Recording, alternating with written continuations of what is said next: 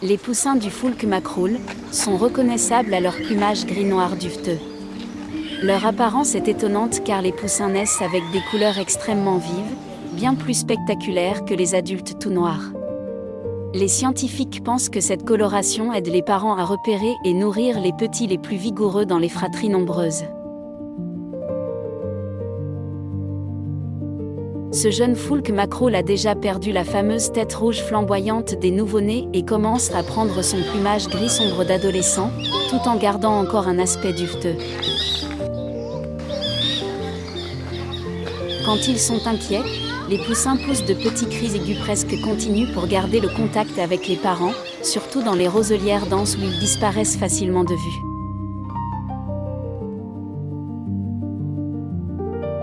Leurs énormes doigts ne sont pas palmés comme ceux des canards. Ils possèdent des lobes séparés qui agissent comme des raquettes, ce qui leur permet à la fois de très bien nager et de marcher sur la vase ou les plantes flottantes sans trop s'enfoncer. Les parents nourrissent les petits directement au bec pendant plusieurs semaines. Au début, les poussins réclament sans arrêt en poussant de petits cris aigus et en secouant la tête. Les adultes leur apportent surtout des plantes aquatiques tendres, des graines, des petits insectes, des larves et parfois de minuscules mollusques. Ce qui est étonnant, c'est que les parents ne nourrissent pas forcément tous les poussins de manière égale. Dans les grandes nichées, ils favorisent souvent les plus vigoureux et les plus insistants. Les poussins aux couleurs les plus vives recevraient parfois davantage de nourriture, comme une sorte de signal visuel de bonne santé. Les jeunes apprennent aussi très vite à se débrouiller seuls. Dès quelques jours, ils picorent déjà de petites choses dans l'eau, même s'ils dépendent encore beaucoup des adultes. La mère, et parfois le père aussi, peut poursuivre les jeunes et leur donner des coups de bec pour plusieurs raisons liées à la survie. La plus fréquente arrive quand une nouvelle couvée est en préparation. Les adultes veulent récupérer le territoire et concentrer leur énergie sur les nouveaux poussins. Les jeunes de la première nichée deviennent alors des adolescents qu'il faut pousser vers l'autonomie. Les coups de bec servent à les éloigner du nid et à arrêter le nourrissage. Leur vitesse de croissance est étonnante, en quelques semaines seulement, ces petites boules de duvet deviennent des oiseaux capables de traverser un lac entier et de défendre leur territoire avec beaucoup d'agressivité.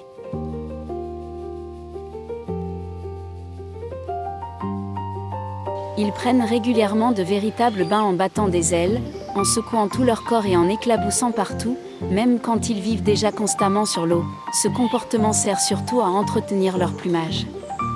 Les oiseaux doivent garder leurs plumes propres et bien alignées pour conserver l'isolation thermique et la flottabilité. Après le bain, ils passent souvent un long moment à se lisser les plumes avec le bec, c'est le toilettage. Chez les jeunes Foulques, ces bains ont aussi un côté apprentissage. Ils découvrent comment utiliser leurs ailes, équilibrer leur corps et entretenir leur plumage d'adulte.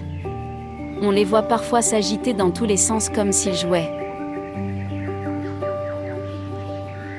Dans les zones de nénuphars, la Foulque macroule mange surtout des végétaux aquatiques. Elle adore les jeunes pousses tendres, les feuilles immergées, les tiges et parfois les graines de plantes aquatiques cachées sous l'eau. Elle peut aussi tirer des morceaux de nénuphars eux-mêmes, jeunes feuilles, pétioles tendres ou petites parties végétales encore souples. On la voit souvent plonger brièvement puis remonter avec une sorte de salade verte dans le bec. Les nénuphars abritent aussi énormément de vie. Les Foulques y trouvent des petits insectes aquatiques, des larves, des escargots, de minuscules crustacés ou des œufs d'invertébrés coincés sous les feuilles. Les jeunes profitent particulièrement de cette nourriture riche en protéines pour grandir vite. La Foulque n'est d'ailleurs pas un canard, même si elle vit constamment sur l'eau. Elle appartient à la même grande famille que les râles et les gallinules, des oiseaux souvent plus à l'aise dans les roselières que dans les grands espaces ouverts.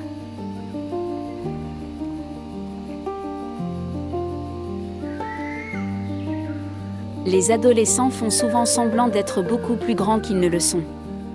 Quand ils sont stressés, ils gonflent leur plumage, ouvrent les ailes et foncent parfois sur d'autres oiseaux alors qu'ils ne sont même pas encore adultes.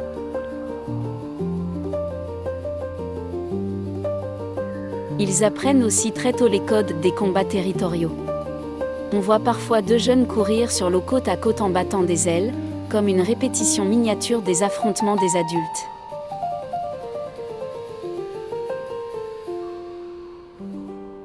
La toilette des adultes chez la Foulque Mackerel est presque un rituel quotidien très élaboré.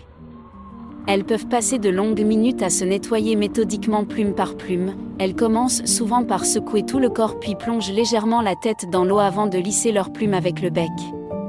Ce geste permet de remettre chaque plume correctement en place pour garder une bonne isolation et rester imperméable.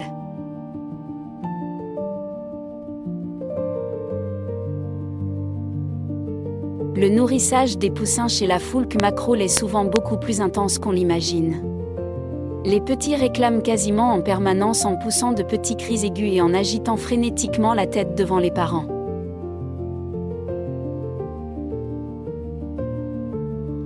Les adultes apportent la nourriture directement au bec, morceaux de plantes aquatiques tendres, petites algues, insectes, larves, minuscules escargots ou petits animaux trouvés dans les herbiers et les nénuphars. Ce qui est fascinant, c'est la rapidité du nourrissage. Le parent attrape quelque chose, le découpe parfois rapidement puis le donne presque immédiatement au poussin avant de repartir chercher autre chose. Pendant les premiers jours, les adultes passent une grande partie de leur temps à nourrir la nichée. Les poussins les plus bruyants et les plus énergiques obtiennent souvent davantage de nourriture. Il y a une vraie compétition entre frères et sœurs. Certains montent presque sur les autres pour atteindre le bec du parent. Au début, les petits avalent surtout des aliments riches en protéines, très importants pour leur croissance fulgurante. Ensuite, ils deviennent progressivement plus végétariens comme les adultes.